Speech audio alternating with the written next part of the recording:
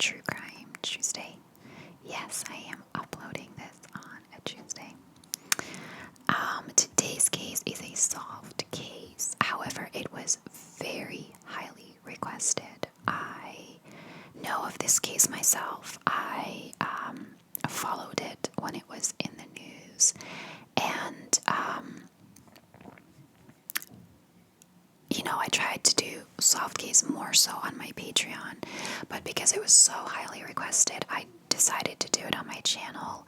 I will say beforehand, I don't think this is going to be a very long video because this case was solved very quickly, thank God, but there's not an awful lot of information in it. There was also nobody else on YouTube that covered it from what I could see. So what I tried to do with all the articles I read and the news reports I watched, this happened in the Netherlands, so it was all in Dutch. I did my best to translate it properly.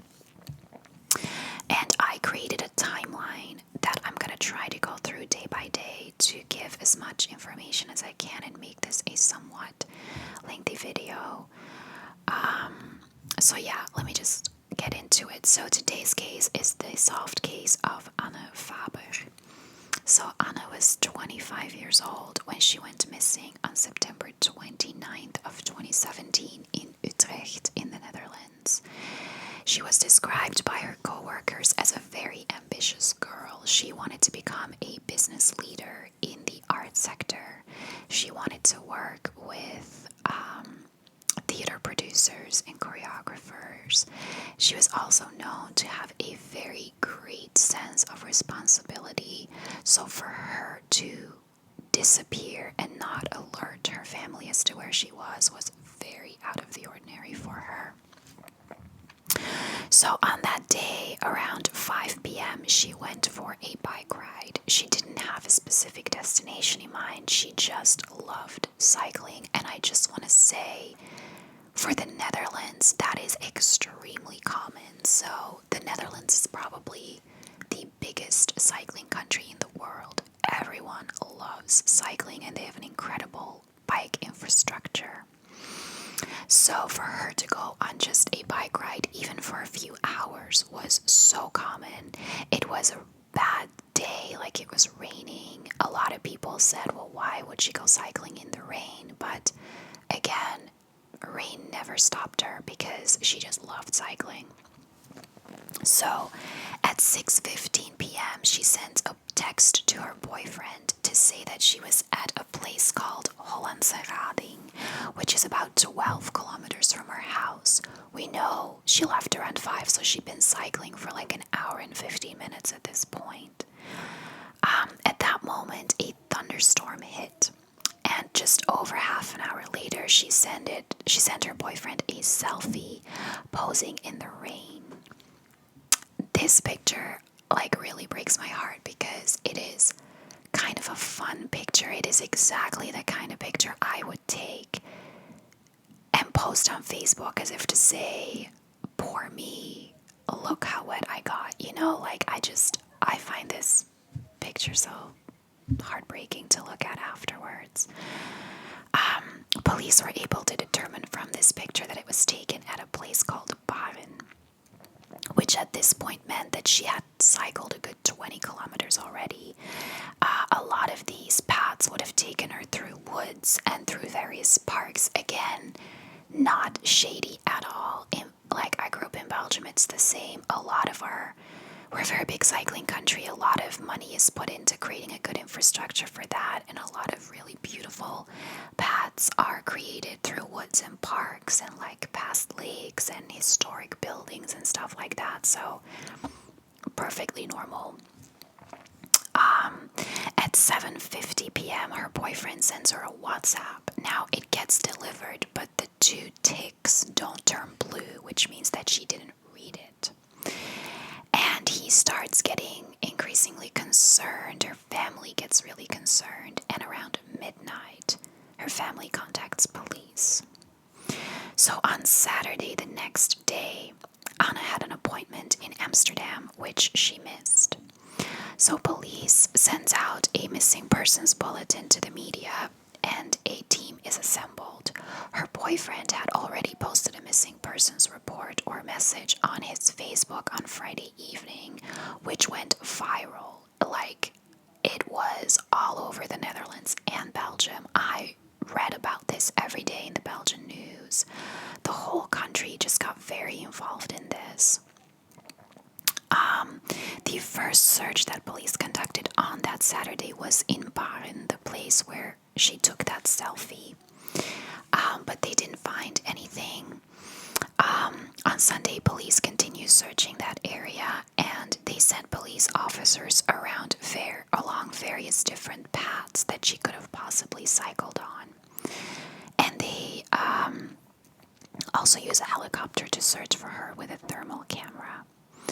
Family, friends, and dozens of volunteers set up their own search party, and they conduct a search of nearby woods, and they hang up missing person posters everywhere.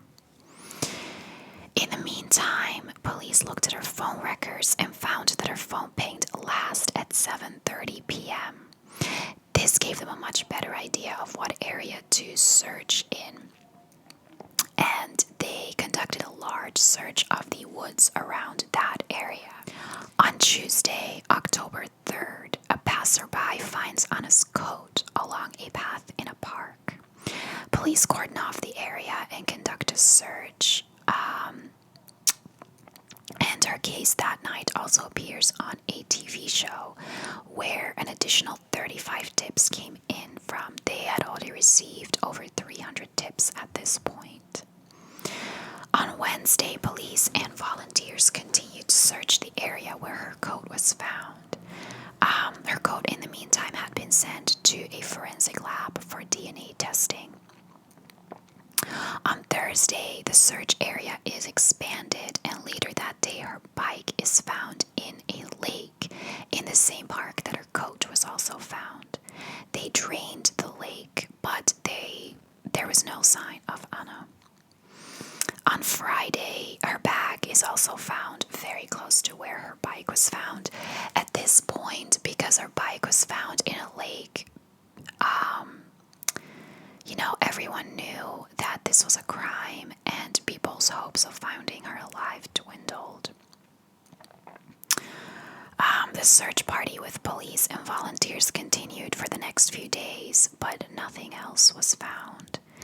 On Monday, October 9th, the military ended up getting involved in her search, and this really allowed them to expand the search area a lot. On this day also, police arrested a 27-year-old known convict by the name of Michael P. In connection to Anna's case. Michael had been convicted in 2010 for the brutal murder of 2 underage girls. At this time, he showed absolutely no remorse for what he did. He even bragged about it to his friends. He was eventually sentenced to 11 years in prison, 10 years for the crime, and another year for a string of robberies. Police actually suspected him the day before already, but they decided to trail him for a day. They hoped that he would lead them to Anna's body, but he didn't, so they ended up arresting him. He had been released earlier that year and was living in a psychiatric clinic where he was sent for his reintroduction into society. So this was this was a clinic that, like I said, a psychiatric clinic, so it treated mostly patients with psychiatric issues. A lot of them sent there by the court, but a lot of them also not. And then they also took in criminals and gave them a chance to reintroduce to society before they moved out on their own. So it was a closed clinic, but they gave certain privileges to patients depending on the level of severity of why they were there. And so he had privileges to leave the clinic because he was taking a course in a nearby school. Police conducted an extensive search around the clinic as a search of his hometown. But this was all unsuccessful. Then on Thursday, October 12th, police conduct a search of a large nature reserve near Michael's hometown. They brought it out to the media that the day before, during a very long interrogation with Michael, he had told them that they would find Anna's body somewhere in that nature reserve. And it was here that 13 days after her disappearance, they did indeed find her body. Naturally, the public was outraged. He was supposed to be in jail until 2021 or 2022. I'm not sure if he got convicted in 2010 or 2011, but regardless, he shouldn't have been out in 2017. I know that in the Netherlands, and it's very similar in Belgium, you usually do about 2/3 of your sentence. But from what I gather, there's this thing in the Netherlands where you can order inmates, whether in jail or after they leave jail, to still be available to the justice system and to be obligated to spend a few years in psychiatric treatment before you're actually allowed to walk around free. However, the judge couldn't order Michael to do this because he refused to cooperate with a personality test. So they had no other option, apparently, but to release him to this facility to help his reintroduction to society. Now, this facility was located in a very large wooded area, but close enough to a specific town, and the residents there are very used to the people of this facility. They've never felt afraid of them because the bad cases are not allowed to leave it. And so they were extremely shocked that someone with as heavy of a criminal as he was, that he was allowed to just walk around freely. The clinic was later investigated, and it was found that it was not equipped to deal with criminals. They didn't get enough information about what crimes the people that were sent to them had committed. And they didn't really know how to treat these people, so it has been decided since that heavy criminals like him will no longer be sent to this clinic. And it's one of those things where something bad always has to happen before they take action. And I get it. Nothing was ever reported as going wrong in this clinic, and they can't just invest time and money in investigating every clinic. But it does beg the question, how many clinics are there around the country like this, where there are really bad criminals there that they don't know how to treat and that are allowed to leave it without supervision? So during his trial, Michael told the story of what happened, and he said that he raped Anna, but that he didn't plan on killing her. However, another cyclist approached and she tried to call out for help, and at that stage, a struggle ensued between the two of them, and he slit her throat to keep her quiet.